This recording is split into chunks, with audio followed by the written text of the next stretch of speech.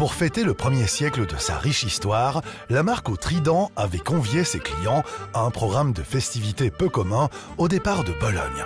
C'est là que la légende voyait le jour, il y a tout juste 100 ans.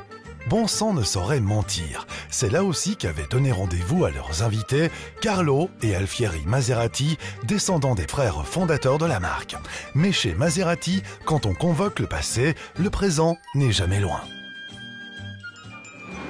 I think that Maserati now is doing something great. They are bringing back the name Maserati to where it deserves to stay. Après la période Bologne, l'histoire de Maserati se poursuit à Modène dans les années 30. Cette histoire, c'est bien sûr celle des plus belles voitures d'avant-guerre. Des monoplaces inoubliables qui portèrent Alberto Ascari et Juan Manuel Fangio au panthéon des gloires automobiles. Ces voitures et bien d'autres encore prêtaient leur jolie silhouette à une exposition unique organisée au musée Enzo Ferrari. Le programme du premier jour des festivités se clôturait enfin par une visite exclusive du principal site de production de la marque, là où sont construites les Gran Turismo et Gran Cabrio. Le vendredi, les participants prenaient la route. Direction Turin via Cremona. L'occasion pour certains de refaire l'histoire sur ce même tronçon où l'on chronométrait le Mario Umberto Bacconin Borzacchini à près de 250 km/h. Premier record de vitesse établi par Maserati en 1929 déjà.